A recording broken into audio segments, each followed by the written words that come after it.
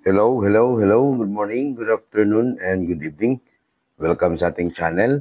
At bago tayo magpatuloy, pakihingi ng isang like and subscribe. At huwag kalimutang pindutin ang notification bell para lagi tayong updated sa mga bagong upload natin. Okay, so our topic is about irrational numbers. So, objective natin dito, we have to define irrational numbers. Second, we have to determine the location of irrational numbers involving square roots and cube roots by plotting them on a number line. Okay, so recap muna tayo. Rational numbers, that is Q equals P over Q. Okay, so sa fraction, meron tayong proper fraction, improper fraction, mixed numbers. Of course, the percentage. Sa decimal, repeating decimal and terminating decimal. Yung non-terminating, so that is irrational number na yan. At saka yung non-repeating decimal. Okay? Of course, whole number is also a rational numbers. Okay, so dito tayo sa irrational numbers. So, examples of irrational numbers, we have the non-terminating and non-repeating decimal. So, example niyan, yan, so mga non-terminating and non-repeating decimal. Okay? So, yan ang mga irrational numbers. Square root of 2, yung equivalent niya is yan. So, irrational number pa rin yan. So, place the following numbers in appropriate or in the appropriate columns. First, we have the 1/2. 1/2, it is a rational number. Rational or irrational? So, of course, 1/2, that is equivalent to 0.5. So, therefore, this is rational number. 3. Okay, yung whole number, so rational number siya. Square root of 9, rational number. Square root of 7, so this is irrational number. So, equivalent ng square root of 7, ayan. So, non-repeating. So, square root of 100, that is 10. Square root of 17, irrational numbers. Or irrational number. Square root of 1, cube root of 1. So, that is 1 or rational number. Cube root of 8, rational number. Cube root of 9, so hindi perfect cube, so therefore irrational number. Cube root of 12, hindi rin siya perfect cube, so irrational number. Okay?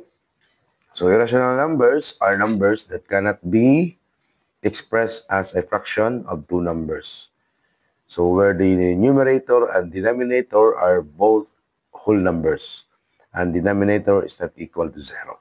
In other words, they cannot be written in the form P over Q, where P and Q are integers. So, if the radicand of a square root is not perfect square, then it is considered an irrational number. Likewise, if the radicand of a cube root is not a perfect cube, then it is an irrational number. So these numbers cannot be written as fraction because the decimal does not end or non-terminating. So hindi na mag-end. And does not repeat a pattern or non-repeating. Okay, so yung mga example ng irrational numbers. Square root of 7, square root of 17, cube root of 9, cube root of 12. Okay, so let's plot the irrational numbers on the number line. Okay, so in plotting an irrational number involving square root or cube root on a number line, so we have to estimate first the square root or cube root of the given irrational number and to which two consecutive integers it lies in between. Okay, so estimate tayo. So example, we have to locate the square root of 3 on the number line. Okay, so ito yung number line natin. So saan dyan natin i-locate yung square root of 3? Okay, take note, yung square root of 3. So dapat hanapin muna natin yung perfect squares sa nearest to the radicand na 3. Okay? So, i-identify muna natin yung perfect squares. So, ang perfect squares natin dito ay 1 and 4. Okay, yan ang perfect square. Hindi siya pwede ang 2, hindi rin pwede ang 3. So, 1 and 4. Ngayon, yung square root of 1 at saka square root of 4, kunin natin yan. So, square root of 1 at saka square root of 4 is 2. Ayan. So, makikita na natin dito ngayon kung saan yung square root of 3. So, kung titingnan natin, so, saan banda yung square root of 3? So, that is before sa 2. Diba? Kasi, yung isa square root of 1 at saka next is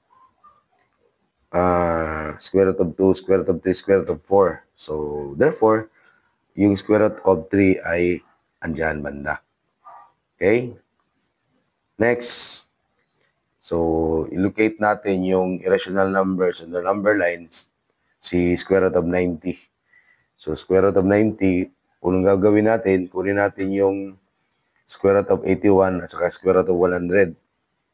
Okay? Dapat between. So, square root of 81 is 9. Square root of 100 is 10. So, square root of 90 is, ayan, banda. Diba? Nasa kalagitnaan. Then, square root of 27. So, square root of 27. So, square root of 27, that is square root of 25 and square root of 36. So, kunin natin yung in-between nila. So, yung square root of 27, so, malapit-lapit siya sa 5. So, dyan sa banda. Okay? Ayan. Next, we have cube root of 20. So, si cube root of 20, yan, cube root of 20, so cube root of 8 at saka cube root of 27. Dapat yung perfect cube yung kunin natin. So, cube root of 8 is 2, cube root of 27 is 3. So, therefore, ang cube root of 20 is, ayan, dyan banda. Malapit-lapit sa 27. Or malapit-malapit sa 3. Unahan, nagdagan mo lang konti sa 2. Okay? So, last is the cube root of 75. So, kunin natin yung perfect cube ng between ng cube root of 75. So, this is cube root of 64 at saka cube root of 125. Cube root of 64 is 4. The cube root of 125 is 5. Okay? So, therefore, ang cube root of 75, unahan gamay sa 64 or unahan gamay sa 4. Ayan. So, next, thank you for listening. Ayan po. So, maraming salamat sa panonood at pagkikinig. At again, sa hindi pa nakasubscribe, pakisubscribe na lang. At huwag kalimutang pindutin ang notification bell para lagi tayong updated sa mga bagong upload natin. Maraming salamat and God bless.